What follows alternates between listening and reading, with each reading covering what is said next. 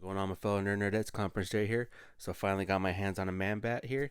Yeah, I was just waiting, for once trying to be patient, and then finally found it at a good price. So yeah, let's just not waste any more time, and let's get right into this unboxing and review. Alrighty, so here he is out of the box, and I really like this picture right here in the background, but that's in back of the box. It's a really cool looking one. First impressions right off the bat, he has very very weak ankles. I've seen some reviews, and pretty much all of them say the same thing. These ankles, like I had to like be careful when positioning because they're just loose. Like one little tap and they're gonna fold. I don't like that. He is a little heavier figure. He's not as light as a Clayface, but he is, he's a little heavier. And one thing with me too, is I don't like kind of pre-pose figures already. So the fact that you can't straighten out his legs, that bugs me. I don't like that. That's just a personal preference. But yeah, I mean he's pretty loose in the top part right there already. Pretty loose there. His ankles can hold, but for how long? Honestly, probably not very long. So when I finally decide to pose my figures, he's gonna have to be in the air or something like that, because I really don't trust these ankles at all. So but yeah, overall first impression, he looks really cool. The other thing that I wish he had, and it kind of bugged me with like the Bane, because the Bane, like, he didn't have any fists. He had open hands, and this is the opposite. Like, I don't want fists on this guy. I want him to like have claw hands to be like attacking people. So the fact that the wing is like hinged to his fingers, I get it, but you could just easily have put that on the palm right there on the side. Like I said, with him, it just makes more sense to me that you'd have like open claw hands. So yeah, let's just go ahead and start off with the articulation. You have the head that can go look up, that looks down, and like the head is movable, and then this other part right here underneath, that's also kind of, it like moves with it as well. Yeah, you can see that there's like that long peg in there.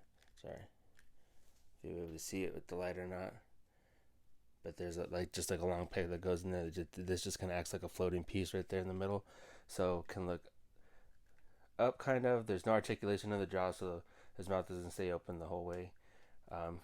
He does the 360 in the more horizontal way. They can kind of look side to side, which is pretty good, so that's not bad. His shoulders do go up all the way. They get stopped by the soft plastic right here. You can move it up just a little bit, but it's not going to be much. But you do have the T-pose, which is good. And then next you have single jointed elbows, no bicep swivel, but I believe it can swivel there a little bit. There you go. It can swivel just a little bit, not too much, because this other wing flap right here is that's like stays on his tricep all the way down. So that kind of sucks, but I feel like with this figure, it's gonna be very limited in posability, and if you take pictures and stuff like that. But yeah, so yeah, 90 degrees. Here you go. Like this one swivels a lot easier. So there you go. You can see the big old gap in the flaw right there. Yeah. I mean, I wouldn't call these butterfly joints. I mean, you can move a little bit. There's gonna be no caps to cover up the space. I don't think you really need it, because you're not gonna be able to use that much articulation. But yeah, I mean, he can get the full 360. So I said this is gonna get in the way a little bit, but yeah. Then when you pose him, you're gonna have some gaps, and they're mostly in the back. So you can see there's some gaps right there when you're depending how you're gonna be posing them, but it is what it is. You have this ab cruncher here. You can go forward pretty good, and then you can go back pretty good, and the bottom waist can swivel. Like I said, this one also has tilt side to side. Mine's already kind of loose straight out the box. And then you do have the bottom that can rotate all the way around. And then, he does have some pivoting in there as well. So, and then this jeans part right here is, like, the diaper part is really soft, so it's just good. But with the legs being fixed, you're not going to be able to do much anyway. So there's back, there's front. I mean, it's pretty cool. I guess you can kind of have them hunched over. And these knees are going to be double jointed knees. You're able to get good range. You know, you have the calf touching the hamstring and stuff like that, so which is really good. They are a little miscolored, as you can see. I don't know if the light will pick it up or not. Like, this is all kind of glossy, and it's flat right there on the kneecaps. I don't know if it'll catch it up on the camera, but you could definitely tell that it's like an off color. And then here you go. Here's the ankle parts. You do have rotation that goes all the way up, pretty much, all the way back, pretty much. Sorry, I'm like on the left side. I'm trying to make sure I'm even. So yeah, so it goes all the way up right there. You do have your 360 right there. Is it going to be a rocker? Yep, you can rock different ways, which is good. And then you do have toe articulation that begins in the middle of the foot. So yeah, forgot to do the how tall is he with my clear ruler. Let's see. To the top part of his head right here where my finger's at, I would say that's 8.5 inches. That's gonna be the tallest. I mean, if you want to count the ears, it's gonna be a little bit over, but for the most part right here, like the highest part on his body, but not included his wings, it's gonna be about 8.5 inches. So pretty good sized figure. Like I said, I just wish he came with different hands, and these don't even I forgot, like these, as you could tell, they don't even have any articulation or anything in these hands, so those are stuck like that. But I guess you can come down swooping with like a power punch or something. I don't know. Something like that. I don't know.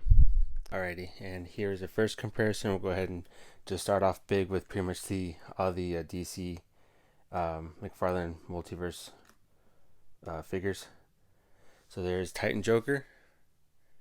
Next, we have him next to the GameStop exclusive Swamp Thing. And we have him next to the Killer Croc from the Arkham Asylum. Here we have him next to Clayface. We also have him next to the most recent release Bane. That looks freaking badass. I love that Bane. It looks so nice. And going on to other bigger characters, we have the NECA Super Shredder from Secret of the Ooze. Have him next to the Assassin Predator. Sorry, I forgot one more DC.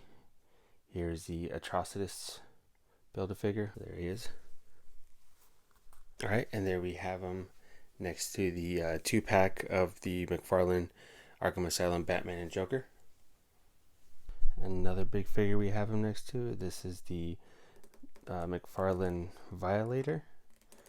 It was very heavy, and his ankles suck as well. McFarlane's Cygor as well. It's another comparison. There it is. And here we have him next to a 6-inch Marvel Legends Killmonger and a Jazzwares Halo Spartan. Alrighty, bringing in a different Predator this time. Here we have him next to the Stalker Predator by NECA. And bringing in a few more, here we have the McFarlane Devastator. Here we have the Marvel Legends Retro Rhino. And yeah, I think that's gonna be it. Overall, I mean, it's not a bad figure. This is definitely one that I would also wait to kind of see if you could find it on sale. Overall, I just got him because he looks really cool with the other what's it called, like the other figures that are big from McFarlane. So like I said, I'm a sucker for huge figures, so I think it looks really nice. But yeah, besides a few grabs that I have, I'd say he's okay. So hope you enjoyed the video. Let me know what you think, and yeah, take care, and I'll see you in the next one.